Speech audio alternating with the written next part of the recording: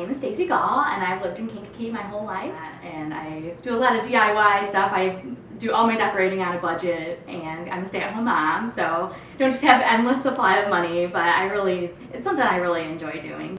I like to repurpose things and take old things and make them new, kind of like how I feel about my city. I'm an alderman in the city, and I like to take an old city and make it new and beautiful, and same thing that I like to do in my home.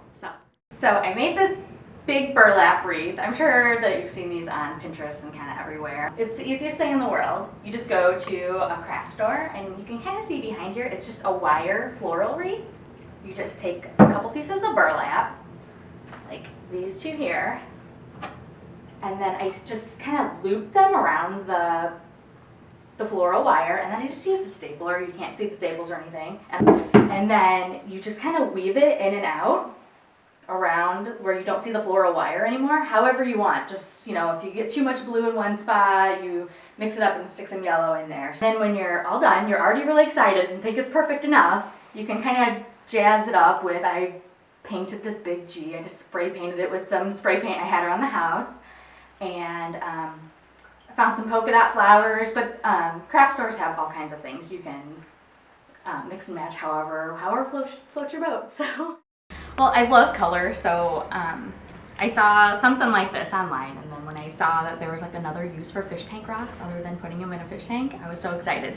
So they're kind of supposed to look like you dip them in paint, which obviously you don't do that to get this effect, but that's kind of like the illusion. I just bought the saucer and a flower pot, and the first thing that I did was I spray painted the saucer gold, which gold spray paint is the best thing in the whole world. It covers it like it's like gold plating it. It's so wonderful. After you've already painted the bottom, when you're ready to tape off the bottom of your pot, what I did was I made a ring, whatever size you want. Sometimes you have to just play with it to get it right.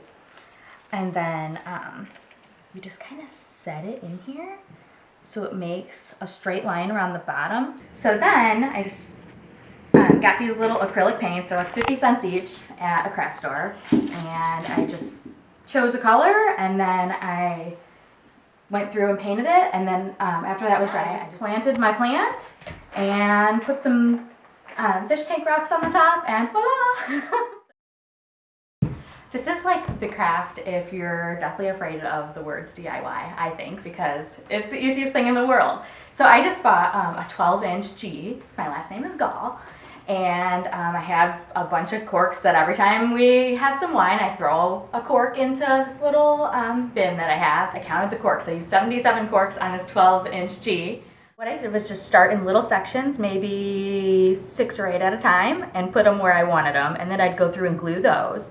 And then I would take another little section and glue those where I wanted them. Some of them are the cheapy ones too that aren't like real fancy or anything, but I thought that adds character as well. So, and some of them are the big champagne ones. So you really can mix and match, and the crazier they are, the better. Even with the holes on the top, still make them look really fun. So that's all I did was group little ones together and glue them where I wanted until I made my way all around, and that's it.